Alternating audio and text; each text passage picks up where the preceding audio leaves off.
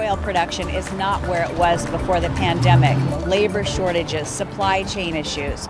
This industry is also impacted by that. Gas prices continue to climb to the highest we've seen in years. Oregon's problem with drug addiction hits a new low during the pandemic, making it the worst in the nation. A state plan to deal with it has been sidelined for years. And school districts work to hire hundreds of employees, holding job fairs and offering incentives. You know, Oregon and Washington have some of the highest gas prices in the country. Right now, this is a live look at a gas station in downtown Portland, and it shows it's more than $4.50 a gallon. Wow. Prices at the pump are the highest that we've seen in a decade. That's up more than 40% in just a year. Our Galen Etlin reports they could go up even more before getting any better. For Maria Meyer's family of 6 in Beaverton, we have a new driver and another one soon to be driving. Rising gas prices are on the radar. It's definitely starting to make me think twice about things. Washington and Oregon have the 3rd and 4th highest average gas prices in the nation, just under $4 a gallon. Wow, or the 4th highest? Chase Lopez in Portland is feeling that increase. Gas prices are going up with groceries, car parts, auto insurance, everything's going up. We're all feeling a lot of pain at the pumps these days. Marie Dodds with AAA in Oregon says crude oil production took a hit at the beginning of the pandemic as people stayed home. But now demand is back up again. And it's one of those things where you can't just flip a switch and magically have crude oil back where it was. Crude oil this week is $93 a barrel, up $35 from last year. It's the main ingredient in that gallon of gas or diesel. Turns out Russia is a big producer, and as tensions rise over Russia's potential invasion of Ukraine, prices are getting even higher. Russia could withhold crude oil from the already tight global markets. AAA expects gas prices to climb into summer before hopefully coming back down in the second half of the year. So it's going to be a really bumpy ride until then. In the meantime, drivers are urged to conserve. Taking stuff out of your car, combining trips, driving less. If you have more than one vehicle in the home, use the vehicle that gets the best gas mileage for those trips. And with problems half a world away, local drivers know these prices are beyond their control. I would hope that it would level out, but this is just life. AAA said it is really difficult to know what's going to happen next because all of these circumstances are so unusual. It is using current market data and trends to look ahead, but says all of that could change at a moment's notice. So we'll keep watching. In the meantime, we're live in downtown Portland. I'm Galen Etlin. Back to you. Galen, thank you. Now, those high gas prices aren't the only thing drivers have to stress about. Since December of 2020, more than 9,600 vehicles have been stolen in the city of Portland. Well, one man is on a mission to help recover as many as he can. Our Tim Gordon explains. This is exactly how it was found. They broke a window to get into it. This Subaru in Nick Haas's auto repair shop lot is a stolen vehicle. He could tell it had been stolen and recovered it. Yeah, literally sitting across the street with another stolen vehicle together in tandem.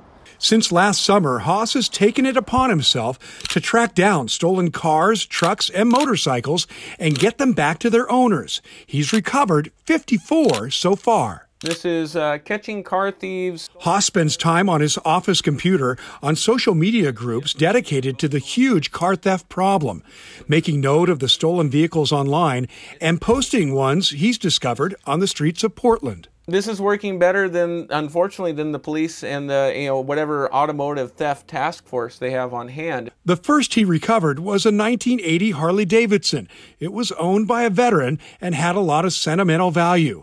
Haas was instrumental in getting it back, and it felt good. I love it. I mean, that's my favorite moment, is to capture that picture of them with their vehicle and that big grin on their face, like, it's going to be okay. And, that makes it all worthwhile. Haas rides a Harley and takes it on reconnaissance missions. He knows where to look, like along Northeast 33rd near Marine Drive.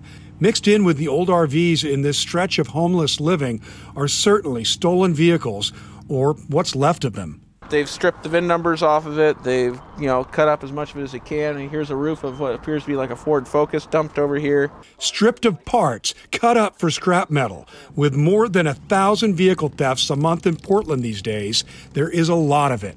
This is very suspect. This is fresh, too. Just off 33rd, we found this nice but damaged VW Golf. Haas runs the VIN number, and it's not reported stolen yet. But, there's no registration in it anymore. There's no way to really reach out to an owner unless an officer calls them and says, hey, is your car supposed to be here? But let's face it, anybody who lives in this area, this isn't their car. All they need is this right here. Back at Haas's shop on Sandy Boulevard, all it took. The owner of this recovered car is lucky it still runs. So they want Haas to fix it. We've got a new window waiting to go in it. We'll fix the ignition lock. We'll put the new window in. But he's not into stolen car recovery for the business. He says it's about community, one that's hurting right now. It takes a village, and I feel like if I can lead by example, more people will start stepping up and doing the kind of things that I'm doing, and eventually these guys will start to realize this isn't a good idea anymore. Tim Gordon, KGW News. Nick Haas, thank you for caring about your community. Now to a developing story out of Old Town, where police are looking for the suspect in a violent attack on a homeless man. This happened just after 4 o'clock Sunday morning at the corner of Northwest 3rd and Gleason. That's near the Blanchet House, a nonprofit that provides food and shelter. Investigators say when officers found the victim, he was unconscious. He was transported to the hospital with what are described as significant injuries. The executive director of the Blanchet House tells us the victim is someone they serve regularly. The victim in this case, he didn't deserve this. I mean, nobody does, of course. But just because someone is homeless and living on the street does not mean that they deserve to be subject to this kind of violence.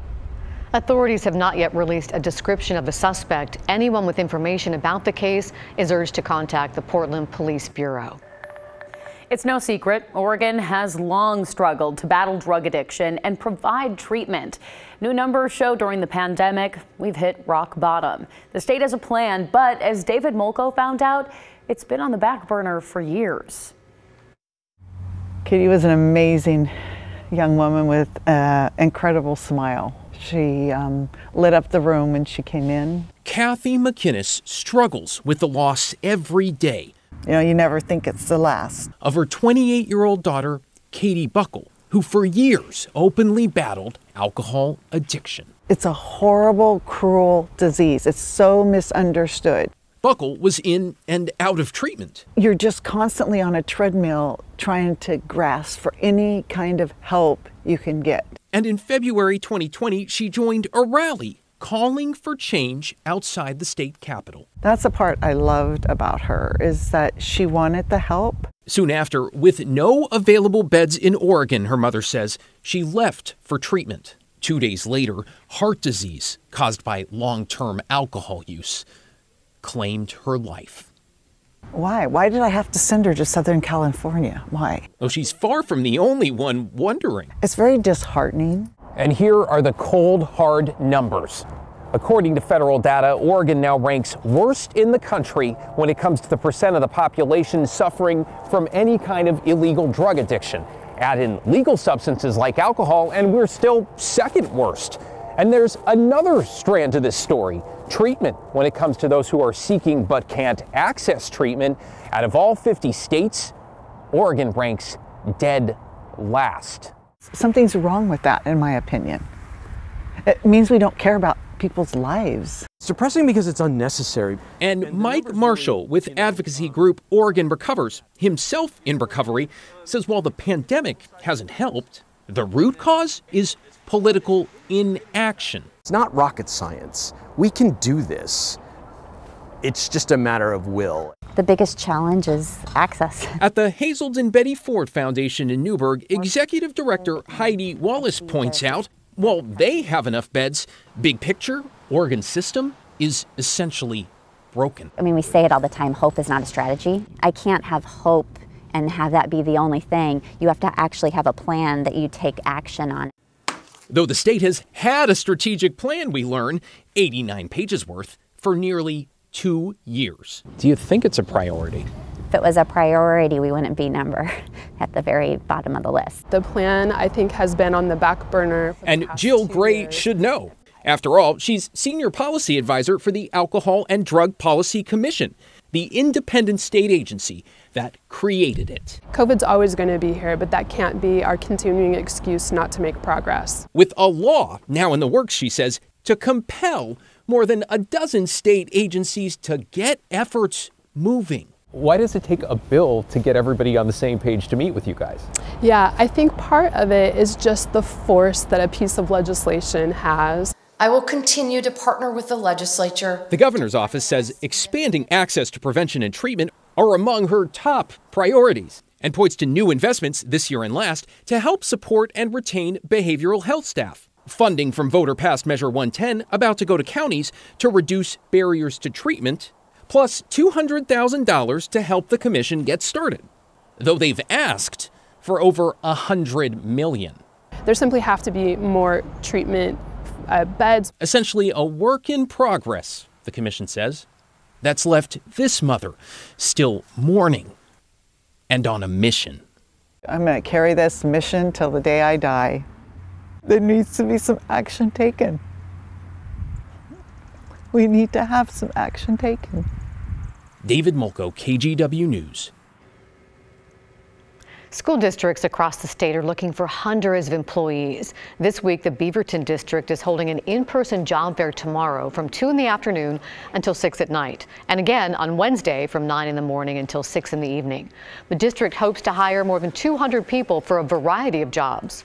Most of those positions are classified substitutes, teacher substitutes, bus drivers, nutrition service workers, para-educators, and custodians.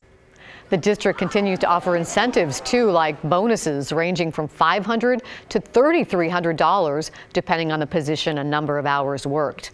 Other large districts like Portland Public and Salem Kaiser are also looking to hire people.